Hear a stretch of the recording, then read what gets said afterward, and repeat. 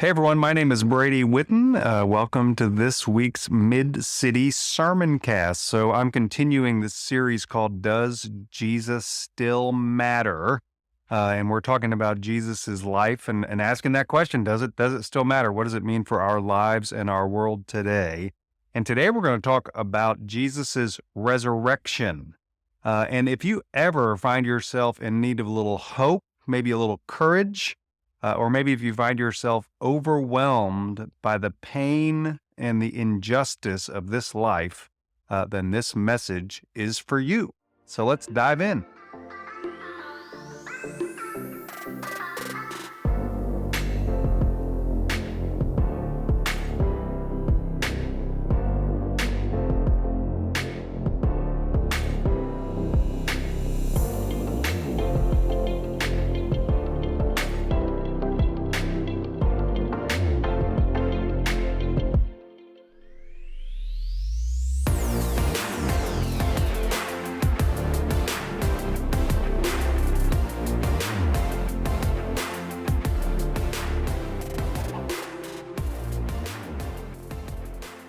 So several years ago, I was preparing for a Bible study, and I found myself with this question, and it was this: how many times throughout the Gospels did Jesus predict his coming death? So there were times where Jesus would say to his disciples and say to other people, "Hey, I'm going to be handed over to the authorities, and I'm going to suffer, and I'm going to die." And I just kind of have this question: how many times did he do that? And so I did what I often do. I went to one of those websites where you can kind of search things up in the Bible. And I would encourage you, by the way, when you have these kinds of questions, to do that kind of thing. So I did a search. And what I found was this: the Gospel of Matthew, Jesus talks about his coming death 4 times. In the Gospel of Mark, he talks about it 3 times. In the Gospel of Luke, he talks about it 3 times. And John, if you know anything about John, John's always a little bit different. And so Jesus doesn't directly talk about his death. He kind of refers to it in some other ways. And so I didn't count any of those. But so I was looking at these texts, I was reading these texts, and as I did, something really stood out to me. So every time Jesus talked about his coming crucifixion, he didn't stop with his crucifixion. Every time he talked about his coming death, he also talked about his resurrection. So I'll just give you a few examples. So this is from Matthew 17. He says, "The Son of Man is going to be betrayed into human hands, and they will kill him. But on the 3rd day, he will be raised." And then in Mark chapter 9, he says this: "The Son of Man is to be betrayed into human hands, and they will kill him. And 3 days after being killed, he will rise again." Then again in Luke 9, "The Son of Man must undergo great suffering and be rejected by the elders, chief priests, and scribes, and be killed." And anybody want to guess where it goes from there? "And on the 3rd day, he will be raised." And so this just really struck me. And there was a contrast here that struck me. So if you know the story of Jesus's life, he did not walk an easy road. He faced pain, he faced suffering, he faced injustice, and he knew that all of these things were coming. But at the same time, he trusted God enough to know that these painful moments in his life were not going to be the end of his story, right? So every time he'd say, "Hey, this is going to happen, and this bad thing's going to happen, and that's going to happen, but on the 3rd day, I'll rise again." So listen to this again. Even though Jesus didn't have an easy life, and even though he suffered, he trusted God to know enough to know that pain and suffering was not going to be the end of his story. So let's break this down a little bit. So the first thing I see in this is Jesus didn't avoid or deny the hard parts of life. So if you know anything about the history of Jesus's time, he lived in a tough place and in a tough time. So he lived in an area named Judea in the 1st century, and this was a land that was under the rule of the Romans. And the Romans ruled with military might and with heavy taxation. They would basically tolerate you as long as you did what they said and if you paid your taxes. And revolts were common in the Roman Empire. And because revolts were common, crucifixions were also common. It was a way that the Roman people reminded those who rebelled against them what happened. Like, what happens if you challenge our authority? And Jesus grew up in this world. He knew this injustice, he knew violence, he knew suffering. So one of the biggest revolts in the area of Judea took place in Galilee, which is where Jesus grew up. And some reports say that during this revolt, as many as 1,000 Galilean men were crucified and hung on the roads in that area. And so Jesus kind of grew up knowing, hey, if you mess with the status quo, if you mess with Rome, this is what's going to happen to you, right? So again, he knew the path that he was on. He knew that it was going to likely end with suffering and death. And he talked about these things openly. So there's just something powerful about seeing life for what it is, for naming the difficulties, naming the failings, naming the hurts, naming the injustices. M. Scott Peck says this: emotional health begins with facing reality. So I want to get you thinking a little bit about this. So what are some of the hurts, the pains, the challenges that you might be facing in your own personal life? Can you identify them? Can you recognize them? Can you name them? Or how about this? What hurts and pains or injustices do you see in the world around you? I always encourage people, if you need a little bit of help, just turn on the news, scroll through your social media feed. And I will often say, if you don't see some of the hurts and the pains and injustices around you, I would just say, pay better attention. So anyway, Jesus looked at the world for what it is. He didn't deny the hurts. He didn't deny the pains. And if we're going to be people who follow Jesus, we need to recognize and name the hurts and the pains in our lives and in the world too. But at the same time, Jesus did not let his own hurts and pains, he didn't let the hurts and pains of the world define him. He kept his eyes on the power and on the goodness of God. So things were tough for Jesus. Things were tough in Jesus's world, but he didn't let these tough and hard things be the end of his story. So let's turn to the next part. Again and again, after naming kind of the difficulties and the challenges, Jesus said, on the third day, I will rise from the dead. So Jesus believed in something that's known as the general resurrection of the dead. And I don't have time to dig into this a whole lot, but the general resurrection is the belief that one day God will raise all people from the dead, and he will sort out the problem of good and evil. The good will receive their reward, and the evil will get theirs. So again, this is this idea of general resurrection. General resurrection is ultimately about faith in the goodness of God. It's the belief that God will make all things right, even if he has to get people up from the grave to do it. So we're going to talk more about eternal life next week, but I want to give you a little bit of a hint. Eternal life is not floating around in the clouds with wings and harps. Thank God. I mean, who wants to do that? Jesus's resurrection wasn't just spiritual, it was physical. And that has major implications for us in the future. But again, we'll talk about that for next week. So this idea of general resurrection, again, is the idea that God is going to make all things right. It's about the restoration of all things. And it has to do with the raising of people from the dead in order for that right-making to take place. Now, some would say, in thinking about resurrection, that people coming back from the dead is just not possible. But I want you to think about this. Human beings cloned the first sheep in 1996. So we took this little strand of DNA and we were able to, in a laboratory, remake an entire sheep from that. Since that first clone, people have made clones of pigs, of deer, of horses, and bulls. And in 2018, we cloned monkeys, right? So they're getting a little more complicated species. So if a human being can take a strand of DNA and make a sheep, why couldn't God resurrect us from the dead? Is it really that crazy an idea?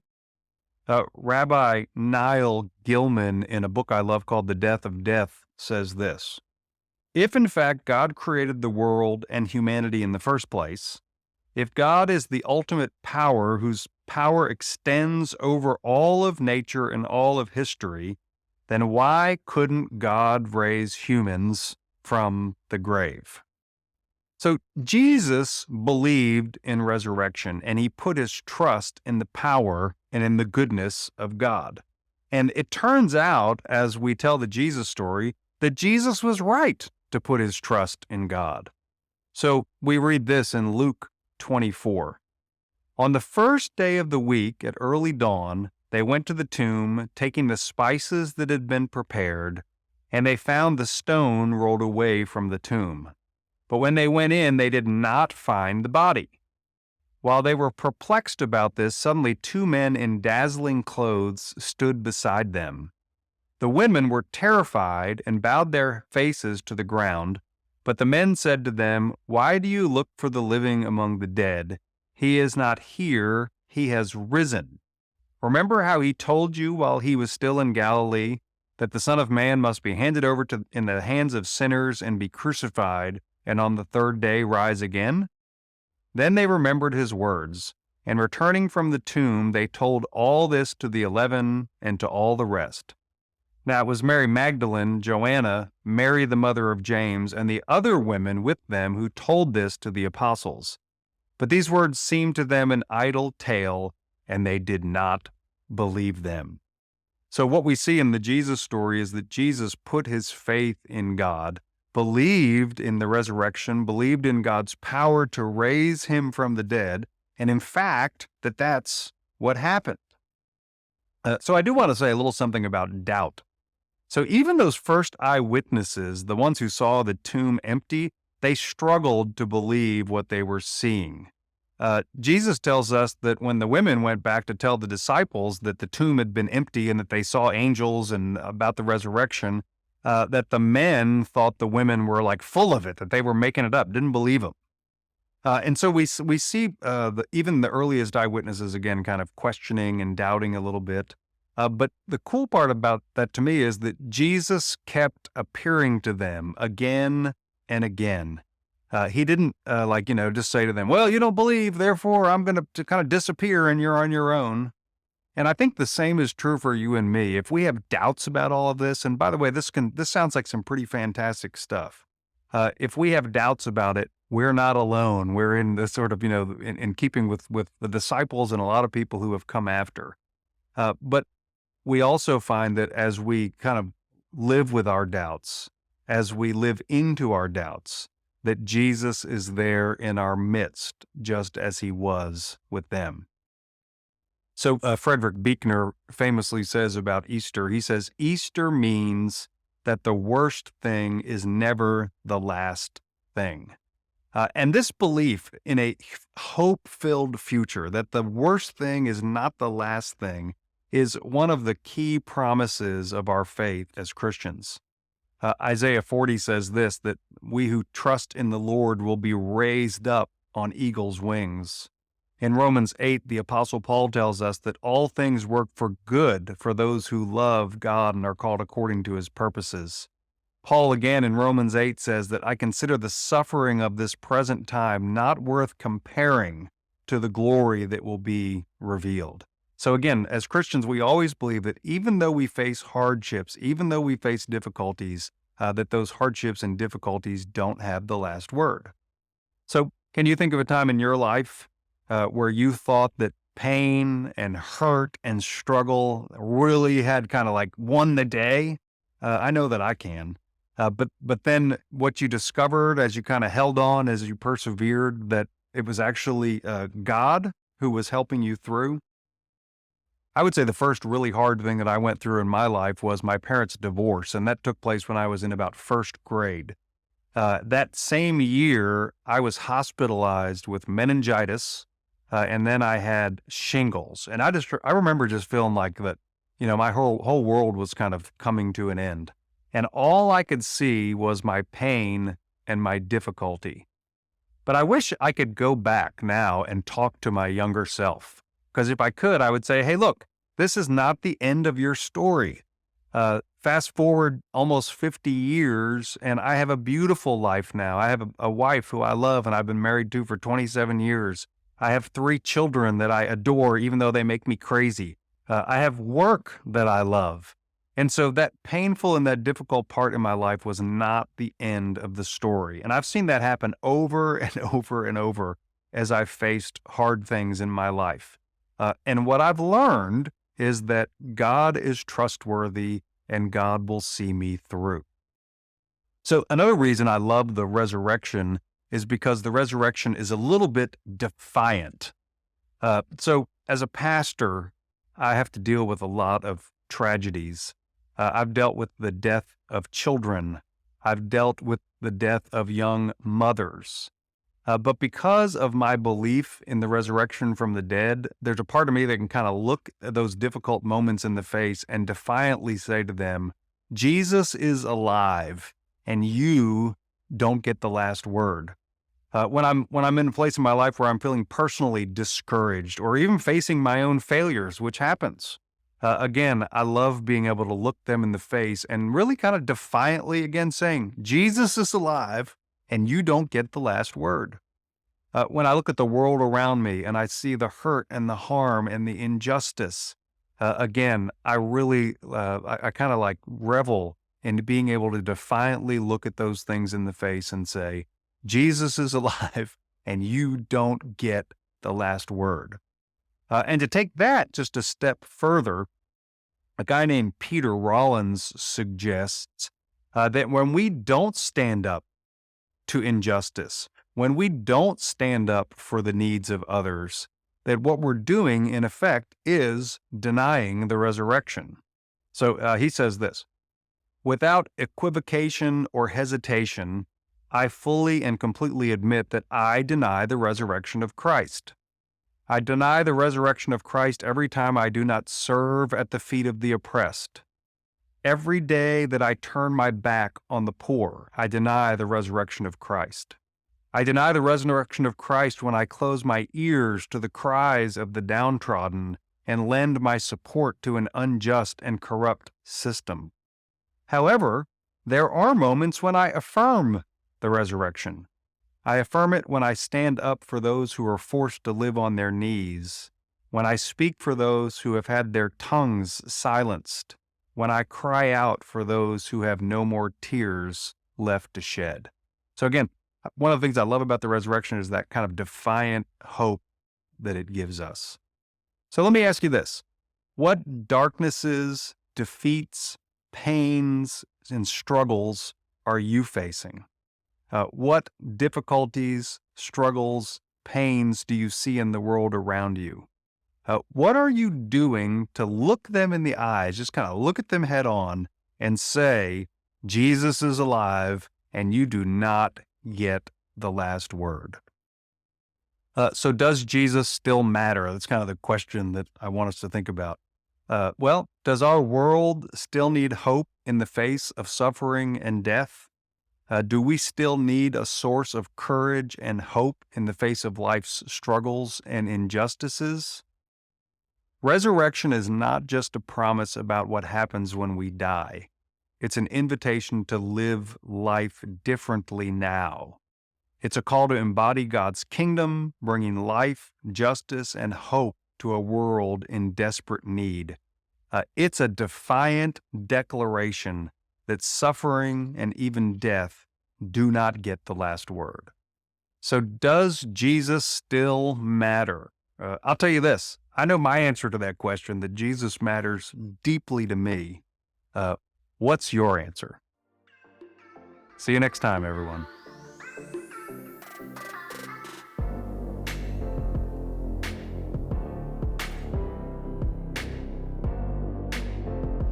Thank you for joining us for this week's episode of the Mid-City Church Sermoncast. If you'd like to find a home sheet, a resource that accompanies the sermoncast that has more questions to explore, the scriptures we use today, and more information, you can visit our website, midcity.church/sermoncast. If you'd like to support Mid-City Church by giving, please text the word GIVE to 225-307-0662. Thank you for your generosity, and we look forward to seeing you next week.